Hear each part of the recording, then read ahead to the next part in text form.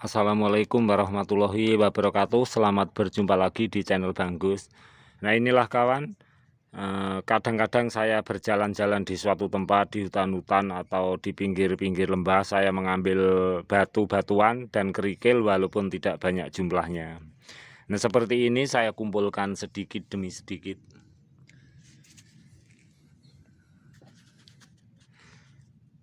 Baiklah kawan, kita mari belajar bersama-sama. Batu-batuan di Indonesia itu rata-rata berbeda mengenai isinya dan kandungannya. Kenapa saya katakan berbeda? Karena rata-rata batu di Indonesia itu kalau di daerah pertambangan emas tentu batu atau kerikil-kerikil itu banyak mengandung emas. Juga banyak mengandung besi-besi, magnet, aluminium, tembaga dan lain-lain. Nah, secara ringkasnya, batu itu adalah banyak mengandung mineral-mineral. Jadi ketika sebuah bukit yang paling tinggi sering kita jumpai di perbukitan, kenapa tanaman itu bisa subur? Padahal siapa yang menyuburkannya dan dari zat apa? Tentu kita bisa menjawabnya karena antaranya tanah dan batu-batu itu sendiri adalah kompleks sifatnya untuk kesuburan tanaman. Banyak unsur-unsur hara secara aktif yang berasal dari batu-batuan dan tanah itu sendiri. Sedikit sahabat pengetahuan tentang batu-batuan dan tentu mengenai batu-batuan kerikil atau tanah yang mengandung fosfat yang banyak diperlukan oleh tumbuh-tumbuhan itu para ahli-ahli pertambangan itu mesti paham. Saya hanya sebagai orang awam, saya hanya pengamat akan kecintaan saya terhadap alam Indonesia yang sangat subur. Batu di sini itu sifatnya, batu-batuan itu sifatnya bisa menstabilkan suhu tanah, juga bisa menyerap air. Tetapi saya akan mempergunakan media batu itu pada tanaman yang berakar tunggang, ada akar yang baik, batang yang baik, daun yang baik, juga bisa berbuah. Jadi saya tidak menggunakannya pada tanaman yang tidak berbuah. Misalnya berakar gantung dan lain-lain. Saya akan menggunakan media tanam untuk tanaman buah-buahan yang bisa berbuah. Saya akan memberikan bukti bahwa batu ini sangat banyak mengandung air. Coba kita pecah, kita pukuli seperti ini kawan. Kita pukuli seperti ini, kita kumpulkan sedikit-sedikit. Entah sekedar air, entah sekedar apa.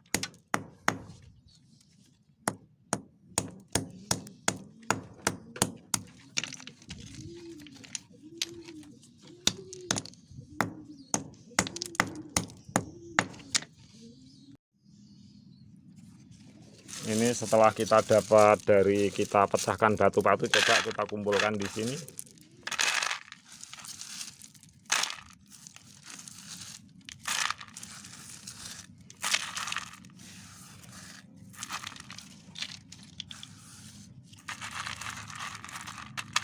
Nah inilah kawan, ini adalah satu tujuan saya sebab saya hanya mempunyai pandangan pengetahuan yang sangat terbatas.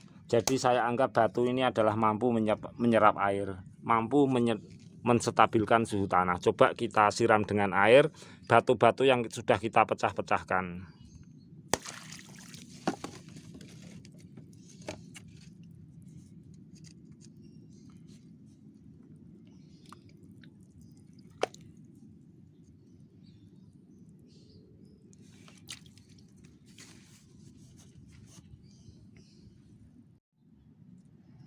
Ada suara yang seperti menguap dari batu ini bila tersiram air. Nah ini saya sebut sebagai benda yang menyerap air. Sebenarnya itu entah unsur kimia apa, saya kurang memahami. Karena batu ini sendiri sebenarnya terdiri dari beberapa zat, bisa menyerap air, tetapi batu yang bulat seperti ini itu tidak tembus pada air dan tidak tembus pada oksigen. Jadi entah unsur negatif, positif, entah reaksi apa, saya tidak memahami hal ini. Tentu ahli pertambangan akan memahaminya. Karena pandangan saya yang seperti itu, saya mencoba setiap dapat batu itu saya kumpulkan, saya taruh di bak.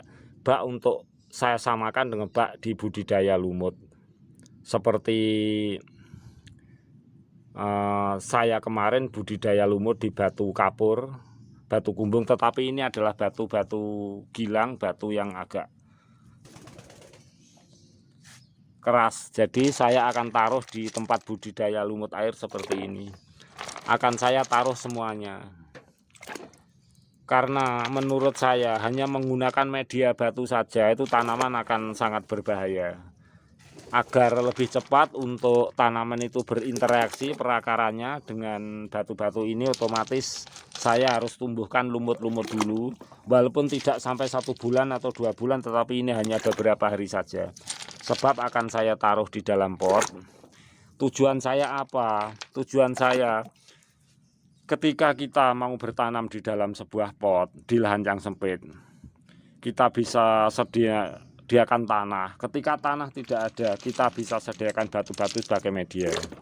Dan banyak tumbuhan-tumbuhan itu yang hidup di batu-batuan, antara batu-batuan, tetapi kebanyakan rata-rata berakar gantung, bukan berakar tunggang, atau bukan tumbuh-tumbuhan yang menempel di batu itu bukan tumbuh-tumbuhan yang sifatnya itu produktif, konsumtif buah-buahnya, bukan tumbuhan buah-buahan yang produktif.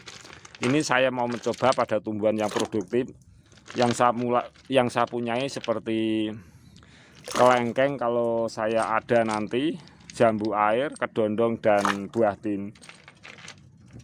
Karena buah-buahan yang saya sebut tadi adalah mudah sekali untuk dibudidayakan dan mudah dimanfaatkan dari segi produktif buah-buahannya. Nah, inilah akan saya gunakan sebagai media full, media di dalam pot. Untuk beberapa hari saya taruh dulu di dalam media budidaya lumut agar cepat berinteraksi dengan lumut.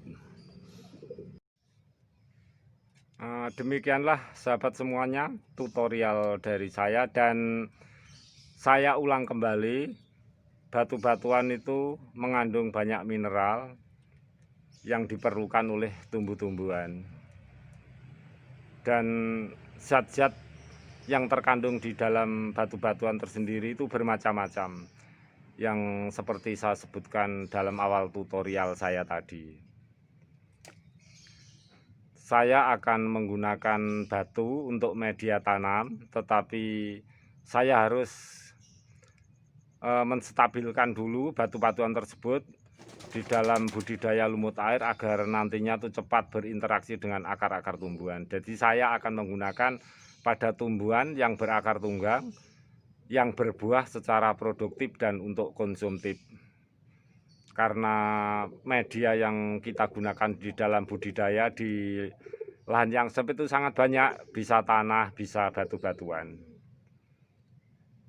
Semoga tutorial saya bermanfaat. Akhirul dari kata saya, wabillahi taufik walhidayah. Wassalamualaikum warahmatullahi wabarakatuh.